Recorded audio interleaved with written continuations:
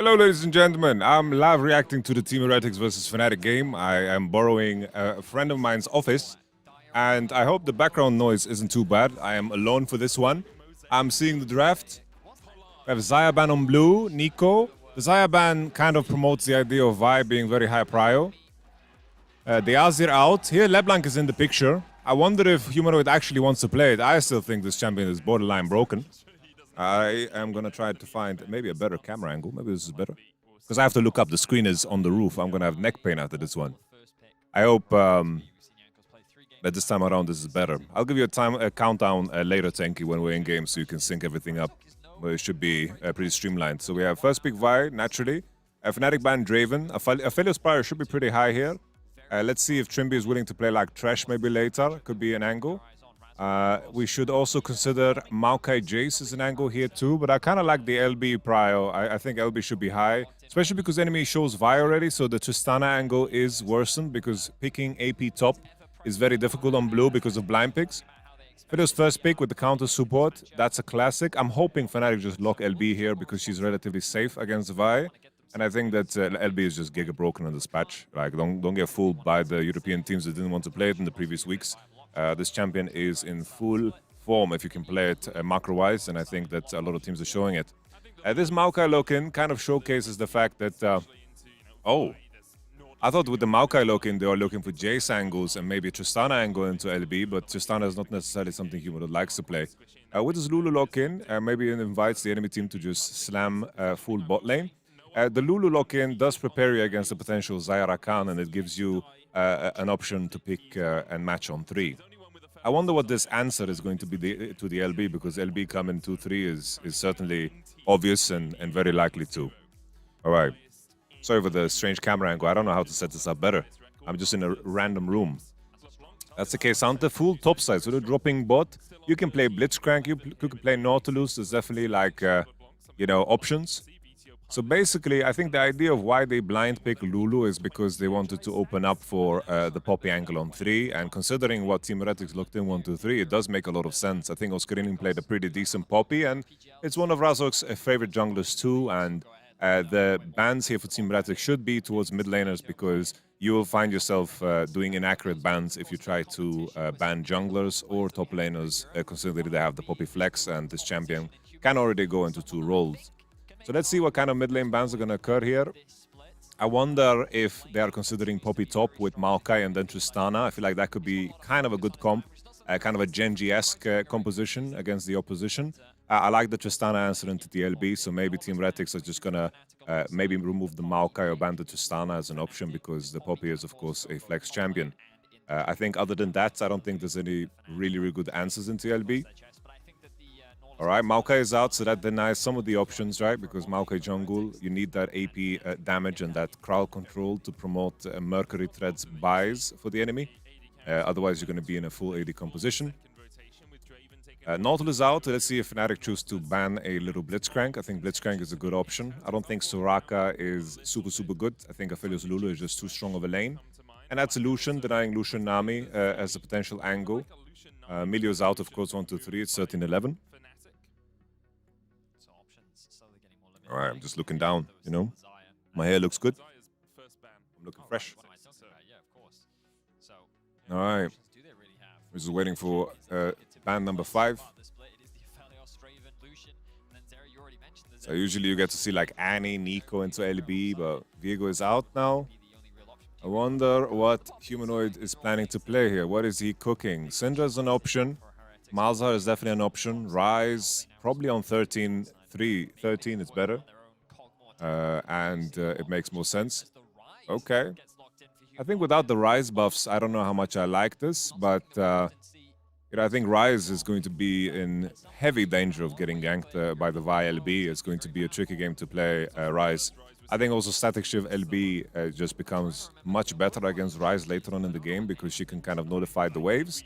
But at least Rise can match the push and maybe roam together with his ultimate, so it's not too shabby. Okay, Varus is interesting here. I'm not too shabby with the Varus. Okay.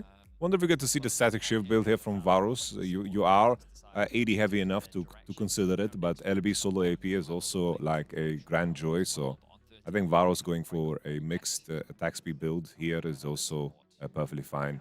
But I think the only version I've seen so far is the static shiv into Nash's Tooth into the Rift Maker. But we shall see. Olaf. Okay. I think Olaf here is decent into 4 of the champions that are showing, so I kind of like it. The main issue here and the key thing for Fnatic is that they never should be in a position where LB is the one against the Olaf.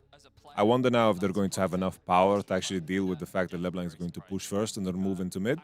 A key thing here, I think, for Fnatic is the fact that level 1, they're quite strong with the Olaf if they want to look for some late invade options into the Vi. And also Poppy has options to do Raptor into bot side invade. If they can find ways to secure bottom side and give Lulu and Aphelios kind of room to pressure, things are going to be great because Vi is definitely the weaker jungler here. So Poppy needs to do more than the Vi before she reaches 6, because at the point where she reaches 6, the targets are very, very easy to pick for Bruder Musas. The Vi, of course. The ganks onto mid are going to be juicy. This is the most American thing. Shout out to Our Dominate.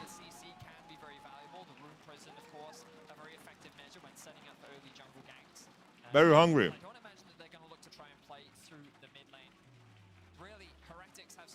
We're loading into game. It wouldn't be a YamatoCannon video without me eating. Let's be honest. Let's be honest. Let's be honest. I'm hitting the person that I borrowed this room from, and I kind of feel bad that I kicked them out. Yeah. I'll apologize later, and I'll be polite about it. Nothing you can't fix with a smile.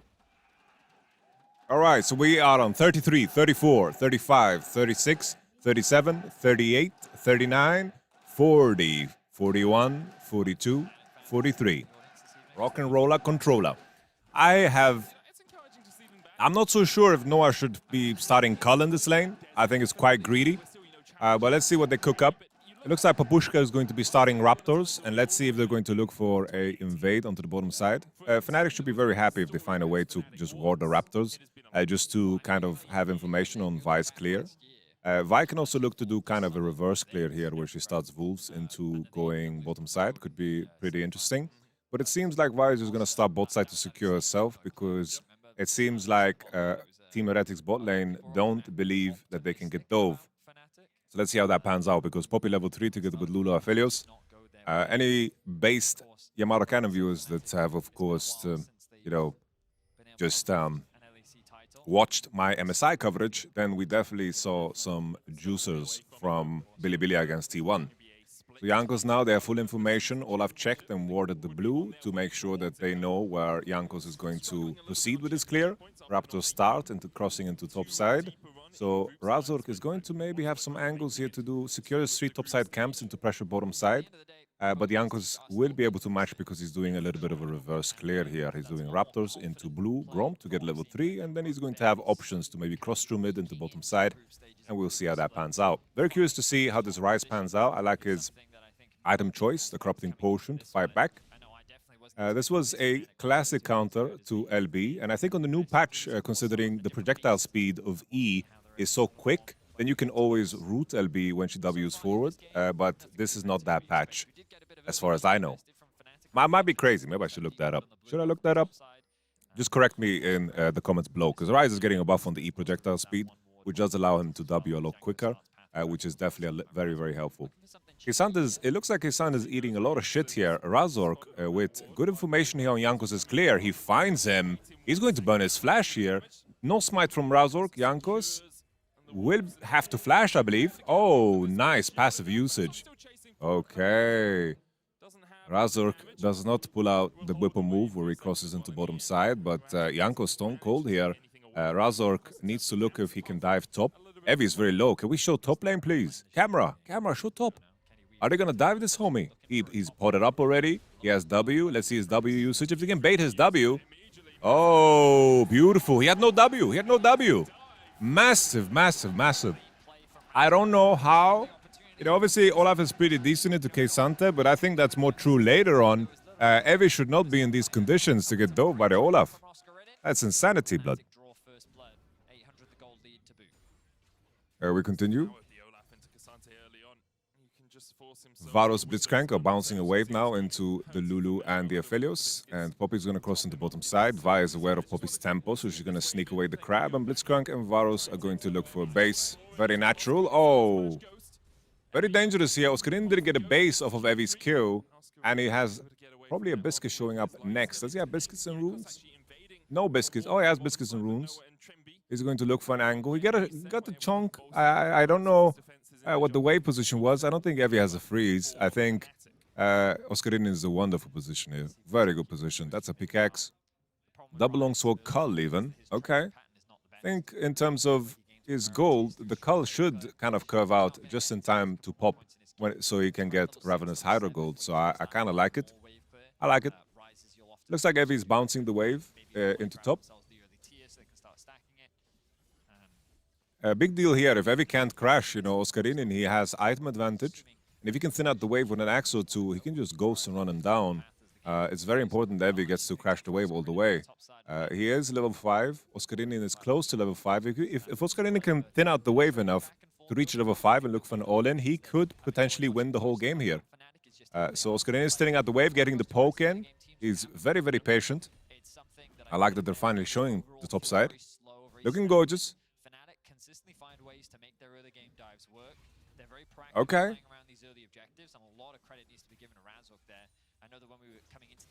Okay. Oscarinin thinning out the wave. Good management here from Oscarinin. Top lane is over. Now he's crashing because Razor is committing here. Bottom is secured. Vi is starting the Drake, but Evi is doomed. My man's bleeding bad like a bumblebee. Alright, Team Redis get the consolation prize, but this is... I don't know how they're going to stem the bleeding because Vi is not going to be able to save the K'Sante later. They're not going to be able to pressure through mid into the Vi side. This K'Sante is going to be useless for the rest of the game if Fnatic played this out correctly. And maybe this Drake is going to be meaningless in the grand scheme of things. Fnatic are also going to be able to convert this topside advantage into an easy herald, which means that Fnatic might just break the whole topside turret. Very important detail to note, though, is Oscarinin is playing Flash and Ghost, so it's very important that they play to his side later in mid-game because his TP usage has been very good, and it's been a key reason why Oscarinin, has really impressed me this split.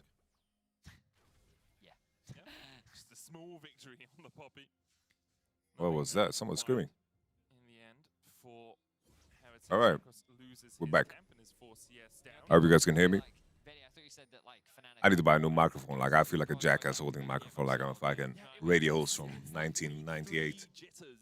Like an FM radio. Alright, so this is a 20 CS advantage here. Olaf can once again stop Evi from crashing the wave and just keep a freeze here. Evi should have Ghost back up, so maybe he can escape death. But very tricky matchup for Evi to play because of the CC reduction and Olaf becoming stronger the lower he goes. And I do think, though, that K'Sante has options to play out the lane. I don't think it's that one-sided as Oscarinin has made it out to look. Or maybe Evi has made it out to look. Fnatic now, taking it easy on bottom. This cannon is going to make sure there's not a freeze, so they're slow pushing into them. No reason for Aphelios and Lulu to step up. This game has become centralized around the top side. Oscarinin has bounced the wave to trade HP, has landed some axes. He needs to kind of marinate him a little bit more with the axes in order to create a circumstance where Poppy can look to dive, but Poppy can also look here to invade the blue. She's going to get level 6 off of the Krabby. Vi is into bottom side. The question now with the big stacking wave that we saw before with Varus and Blitz, can they find a dive? That is the big one. I think here, before Static Shiv, Ryze should be winning against LB. Static Shiv is going to be such a big swing for Viteo, though, but if currently Ryze has full control of mid, so LeBlanc cannot help out anywhere. Poppy's not crossing into bot. They're not looking for the Rift Herald play, and they're securing bot, which is super, super good. I like this a lot from Razork. He controls his camps and denies the play from Team Heretics. This is something that Mad Lions never do. And when they make topside plays, they don't secure their bottom, and In a lot of cases, you see Kazi and Hilly suffering for it, even when it's not their fault. Don't be fooled by Oscarini's lack of mana. He has 2 biscuits, 2 cookies that are hydrating for some reason. Doesn't make any sense. But you know, in a world of magic and shit, I don't think we should be sitting here questioning the purpose of cookies. Vi is now on the top side and looking for the Blitzcrank and Varus swap. I wonder if they recognize it here with the information of Blitz showing on the crab, if Aphelios is going to start hitting bottom turret. Kesante, Olaf, oh my goodness, nice find here with the Rise ultimate. The Prio, Lulu crosses, Aphelios just starts to base. They know already the top side situation is won, so Aphelios can base, they don't need them. Really, really wonderfully played. A little bit of a greedy moment here because the crab was killed by Razok from before, and Vi wanted to hit the Drake to make sure that the Aphelios and Lulu couldn't connect to the situation before the Varus and the Blitz. But in this particular case, the Varus and the Blitz, it didn't matter that they had a little bit of a tempo swing on Aphelios and Lulu. The issue is that the topside gap is just a little bit too big here. LB really needs to reach static shift, and they need to play a side lane game.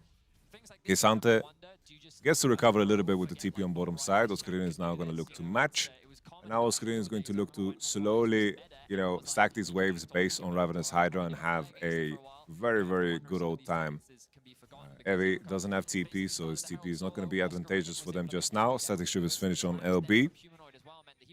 Let's continue.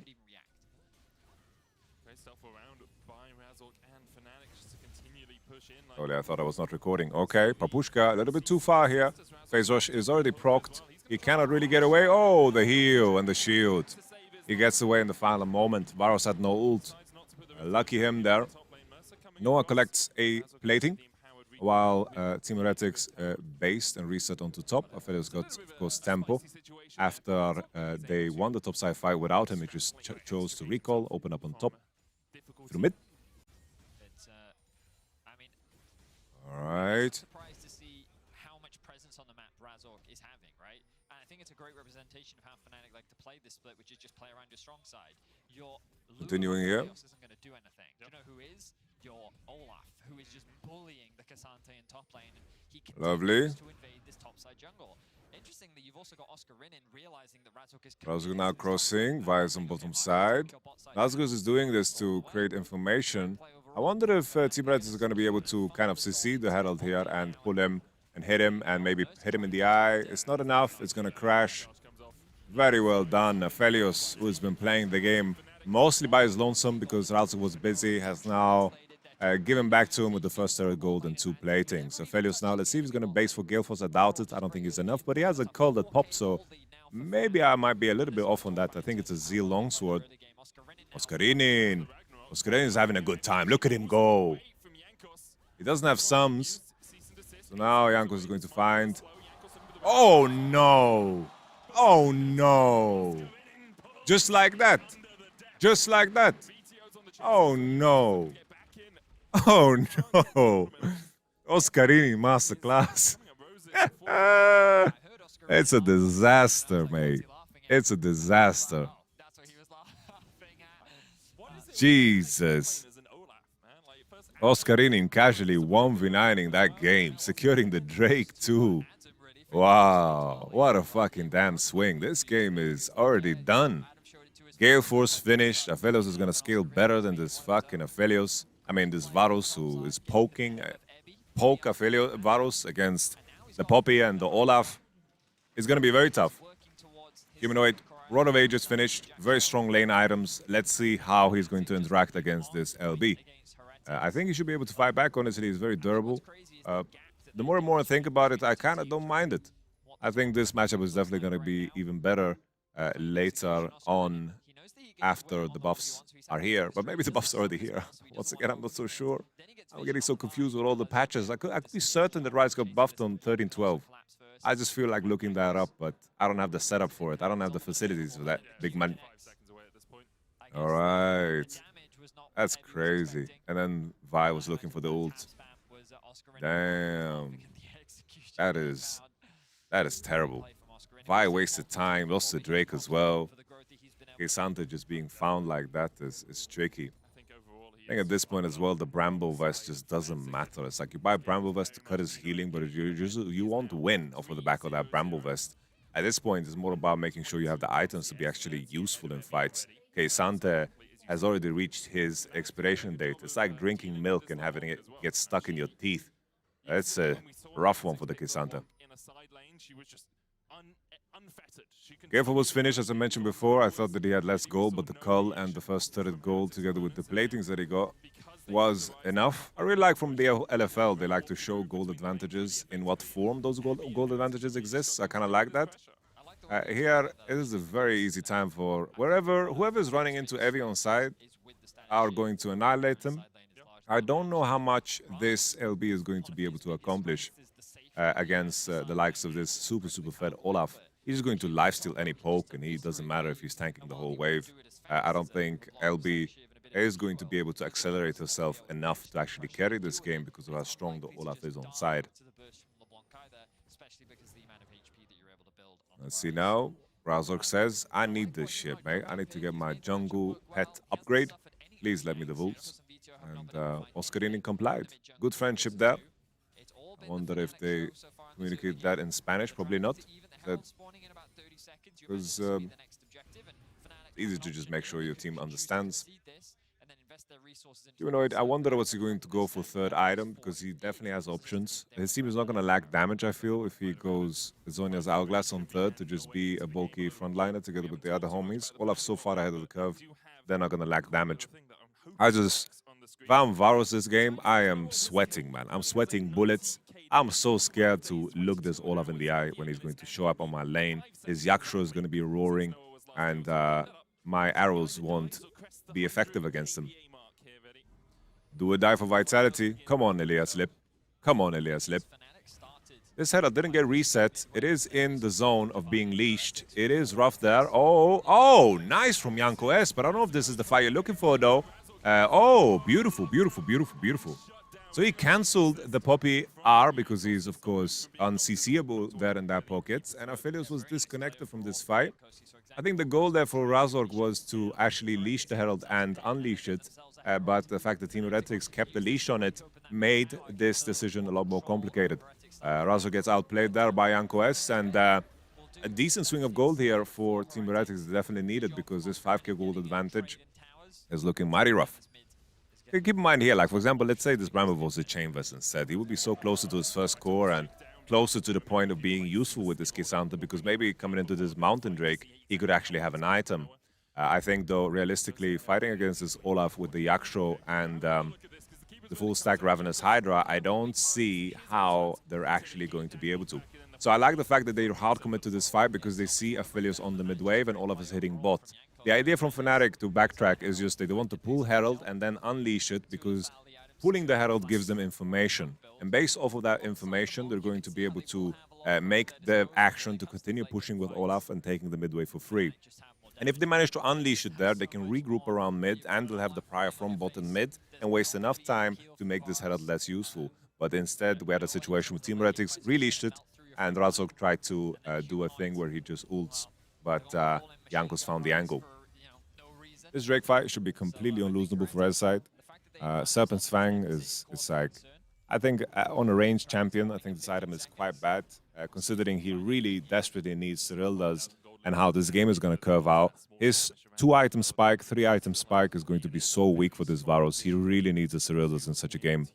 I think also you can definitely argue that this was just an attack speed Varus game, because I think he would actually, have enough burst to threaten the health stacking Rise and the Olaf with, of course, the Blight stacks.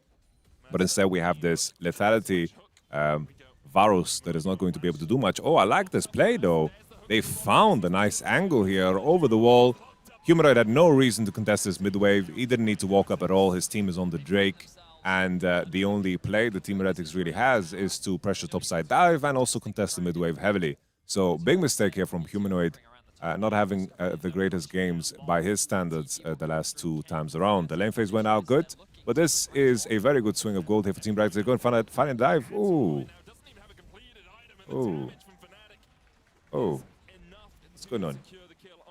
Why is Evi defending this? He TP'd into that. He TP'd into his death. He TP'd into his death. He TP'd into his death. Gives them a lot more control over the top I wasn't sure there because I would have to rewind. I don't know if after the kill on mid, if Team Heretics could actually base fast enough to just defend bot because they have the LB TP too. Maybe if they double TP into bot together with Evi and they base faster after killing Rise, they could defend the tier 2, but I'm not entirely sure. Maybe Olaf just does too much damage for it. Night Harvest is finished now on LB, but I don't think that you can marinate the opposition good enough to actually find, you know, enough. Oh, damn. Okay. Look at Manamune also, the stacks of Manamune for Varus. My man's not using spells on waves enough. It's 165. They also went for the sedated Dirk base, so that's why it's delayed, but these numbers are a little bit too low. I just still worry about this Varus because he's not going to finish Cyrilda on 3, and by the time he gets Cyrilda's, the Aphelios is going to have BT, is going to be able to lifesteal a lot, and it just won't be the same thing. Very important that Rise is the one to match the LB on bottom side. I think it would be better. Veteo's getting a lot done on side. It's pretty decent. I think that Olaf should be on the aggressive side where the enemy plays towards because he doesn't have TP, of course. Now Rise pushed another wave and Oscarinin just kind of has been doing nothing for the last moments because they're playing as if they threaten Nash, but there's no Nash alive, so I think Oscarinin is kind of just wasting time right now. I think he should have been the one on the top wave, and Rise should have matched LB a little bit quicker. Okay, let's see if they're going to find the pocket here. Oh, okay. All right, they all got spotted. This is Rise TP. They're going to try to burst it with Olaf. They are stronger here in this pocket. Huge Poppy ult. Beautiful, beautiful, beautiful. What a nice timing window here. Rise ultimate also. That is a game winner. Holy moly, I didn't even fucking see this coming. I'm curious what kind of information they were working with here. I think maybe they saw Vi base. That's a game winner right there. Extending the lead. I like to threaten the Nash because... Okay. Blitzcrank hook. Aphelios. No, I lost his KDA. KDA cut in half. Rest in spaghetti. Okay. Mercer. Okay. Okay. You guys are staring into my nose this entire time. Okay. Oh, Veteo. A baby a double. Oh, Axe. Axe body spray. Yakos has no ult. He does Oscarinin, but he can fight back easily if someone connects and Varus doesn't have enough damage. Okay. I think Fnatic definitely looked for a fight that wasn't necessary. The Rise ult was optimistic, but imagine a world where they just reset and play a basic game, I think. Always when you're the team against the Nasher, best case scenario is that you actually find yourself in a fight. Usually when you have Nasher, you don't want to fight. It doesn't give you that much combat stats, but you're stronger on the waves, and it's so easy to get prio and actually to chip away at turrets due to how the cannon minions get buffed. But in this particular scenario, they force all the way. I would have to rewatch their fight to know thoroughly who kind of griefed, because something must have gone wrong because they are so strong on paper. Veteo also got a lot of damage in. I think 2 rotations of Night Harvest. So you hook in the Olaf. He's getting delivered, but have to kite back now. Oh, good turnaround here. Oscarin with the flash. Here comes Papushka. Oh, Veteo. The static Shiv LB showing up big time. I think in terms of like this LeBlanc is definitely fucking online at this point. She is monster strong, and I feel like static Shiv LB feels like a season 13 champ, and Rise is, you know, definitely an outdated one. Let's see now if Varus can actually reach Cyrilda's. I liked how they played around the Olaf ult pocket and then turned at the right time. Iankos is dead here, but Olaf is dead too. I wonder if blue side is going to look to fight. It is easy for Veteo to chip away at the enemy's HP pools. Let's see if he's going to look to do it.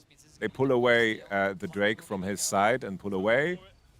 Whoa, whoa, whoa, whoa, okay. Optimistic. Static Shift doesn't do bonus damage on jungle monsters, thank God. Because that would have been ridiculous in terms of how fast you clear jungle. Imagine your LB just one-shotting Raptors and then one-shotting mid-wave and then the Golems too. That would be an even worse disaster. All right, that's the hook, and Oscarini just went for the fight. Poppy's on blue. That's why this doesn't look as good as it might have been. Good turnaround, and the Poppy ult on Evie. Would have hit a Vi too, but she was in Vi ultimate again. Then the turnaround, Viteo finds the 1-for-1, and he is getting stronger and stronger. All right, Jankos. Oscarini has ult.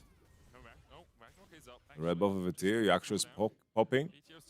All right, I like this from Jankos. He's playing time. Beautifully played by Jankos. Looking for the lethal. They find the lethal. Damn, Jankos is clean with it. He used to play Topur Kurva way earlier than these kids in this game. He knows how Olaf works. Damn, Team Reds is actually hanging on to this game somehow. After the Nasher, Fnatic with the big throw. Okay, Hex Flash. Razuk Papushka. That's the Vi ultimate. He's going to die here. They have enough damage for him. Jankos gets polymorphed though, as he tries to exit the play. I don't know. Now LB is getting so fucking fed. She can completely 1v9 this game at this point. She can just chip away at the enemy's HP. I really like how they played around the Olaf ultimate there. Ooh, close. All right, look at that poke, baby. Viteo. Okay, okay. Noah has enough chakrams to defend Humanoid. They get a 1-for-1 in the end. Mercer looked for the hook and over-postured, and Noah punished with the ultimate and postured forward. Oh, the blades are dancing, the shurikens. Who would have thought Aphelios is a fucking ninja? The gold gap hasn't closed just yet, but Heretics take the All right. lead. I want to see the inventory now.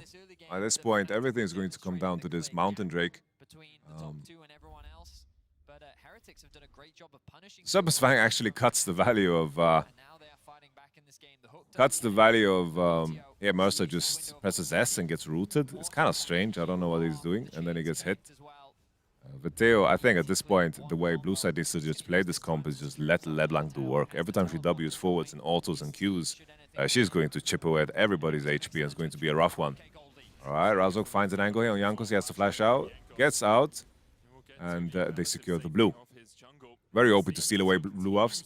I don't like how Humanoid is never the one matching this LB on side. I feel like it's always taken a little bit too long time, but it's hard to say with all of the replays going on if it's super accurate. It's something that I'll look back on when I do the rundown for sure. Just checking if I have my enough battery to film the rest of this one. Already at 10 stacks on the Dark Seal. I also need to do a post-match of the LEC in this one, so maybe when the game-ending play, you will see me run away. I'll take my pizza with me, though. Let's see if I will have to do that. So maybe as I see one team pushing for the end, I'll just run. I'll just run, and I think he will just have to put up a picture of me or something. I'm sorry. From now on, yeah, I would laugh like that for every one of you. Please, yeah, thanks. Oh, I hope GB is fine building the post game on his own. He's not receiving any help from me. He's a good boy. He can do it. Thanks, man. Let's see now. The Void Staff from LB is going to be juicy. Enemy team has a lot of magic resistance. This LeBlanc is so strong, man. Just put this man in front of the enemy. Just let him chip away and poke away. Not so easy for Hopi to deny her because Viteo can just W auto Q and W out, and he doesn't need to use his ult necessarily for damage. You see, look at that minion wave just disappearing. Cannon survives, of course. After 25 minutes, each wave is a cannon wave. I don't know that one. Yeah, nor do I. Just throw it out. The thing with a British accent, So, you can just say takes a little bit more time for LB to push. I was absolutely badgered. Not sure when this Rise is planning to be useful. Still regret the fact that Red Side just didn't go for the LB one too. Rise is very too late on this. Did they have information on the base? It looks like Team Heretics actually did. Wow. Team Heretics. Plain and simple. Decisive. This team, Team Heretics, honestly, in this week, they've looked completely different. I think if Evie wasn't bleeding as bad as he did in this game, I think, you know, Team Heretics in general has played pretty damn well. I have to say, though, Fnatic, you know, the throw at the Nasher, maybe that doesn't happen. Maybe we wouldn't be able to see this side of Team Heretics, but I'm happy that they get the opportunity to show that they are here to play. This is a big one, though. They have the plant with the Nash recall. They're on time for the Drake. This is sole point. LB is on mid. Let's see if Team Heretics is going to go for the play where they actively look to cancel this. Maybe a steal from Jankos. Ooh. Now Viteo is on mid, but it means Fnatic has the soul. They think LB can't end on time, which is most likely true. Let's see if they can buy enough time here. LB, she's going to continue. She's looking for the end. She's hitting this turret really, really fast. Look at that go. Static shift attack speed. Let's see if they can end. Rise is basing. Can they cancel it? They can't cancel it. No one in contact. Evie didn't manage to get it done. Rise is in base, but they have soul. Varus loses summoners and his life, and also the majority of this Nash boost. Of course, with someone dead, the push is not going to be now going to be discontinued. I understand the idea from Team Heretics there, but can they survive here? Magi's sacks need to be saved. Viteo chooses to TP out. Very importantly, survives here. Big shutdown on his head. You don't want to give that away. I think with this decision here, we're going to find ourselves in a situation where everything is going to come down to the next Elder. When I look for tier 2 top, it seems like they're going to be able to get it. Viteo is not in time to clear the wave, and he wouldn't be able to either way because the cannon is there. The mid inhibitor actually doesn't change the flow of the game at all. Like, it just doesn't change the flow. Unless the only purpose of mid inhibitor is to look for endings if there's a fight that goes down. And that is kind of like a best case scenario. I think mid minions are always going to be killed by an Aphelios or a Rise very easily. It doesn't really matter. Like the amount of effort you need to spend to kill a super minion is not that great. It just gives you end angles in case of fights. Let's see if this is something that is going to be leveraged by Team Heretics if they are going to push her for the Elder fight. Still, in pure 5v5s, of course, Noah is going to be able to do more against the Varus unless the Varus finds a good kind of flank. He just flashes, Gale forces forward. Good find here from Noah. I like it. And gets the kill. Very important here that Rise gets his base off, because otherwise this is just an ending. I wonder if Evie actually had room to cancel that base, and maybe we would just not be in this game anymore.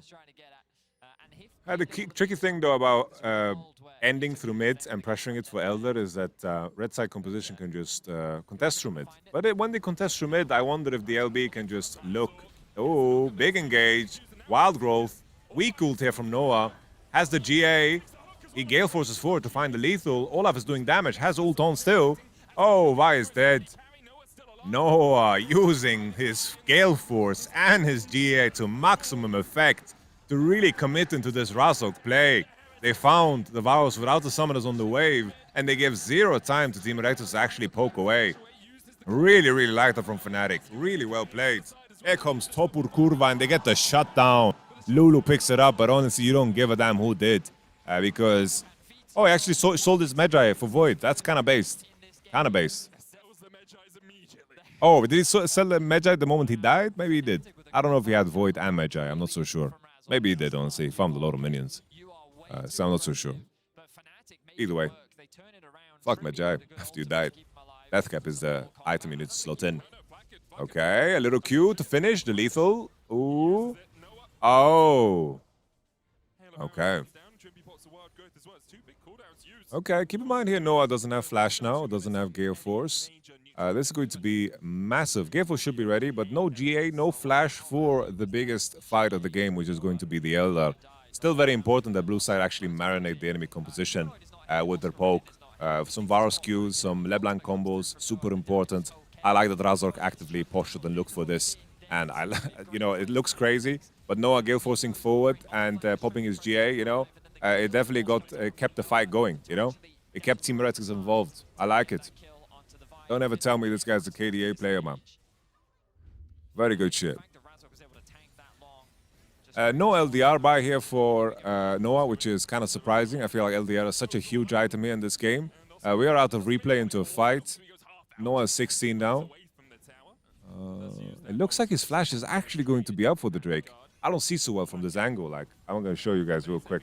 This is how I have to watch it. It's so far away. Like, I'm fucking legally blind too. Completely blind. Oh, okay. Oh, the nice hook block. Very important. Viteo is trying to poke away, but Vi is still in the picture. And now Viteo, one bullet, boom. Can he crit it? Boom. That's GG. That's GG, I think. Actually, they have no wave. Maybe Varus can Q it enough. Can they Q it enough? Oh, Rise minions are being TP'd in. Oh, they're looking for end. Homies, I need to run. But it's going to be close. No, it's not going to be close. It's over, right? It's over. Oh, it's over. Thank you so much for watching. I'll just let the recording play. I'll just let the recording play, guys. GG, homies. GG, homies. I have to run. Thank you. Ragnarok coming out from Oscar in as well. They'll I hope the audio was better this time. I hope the crowd wasn't too loud, but maybe it provides a nice dynamic. I have to stop the recording. Thank you very much. Bless you, bless your face. If you sneeze during this video, thank you.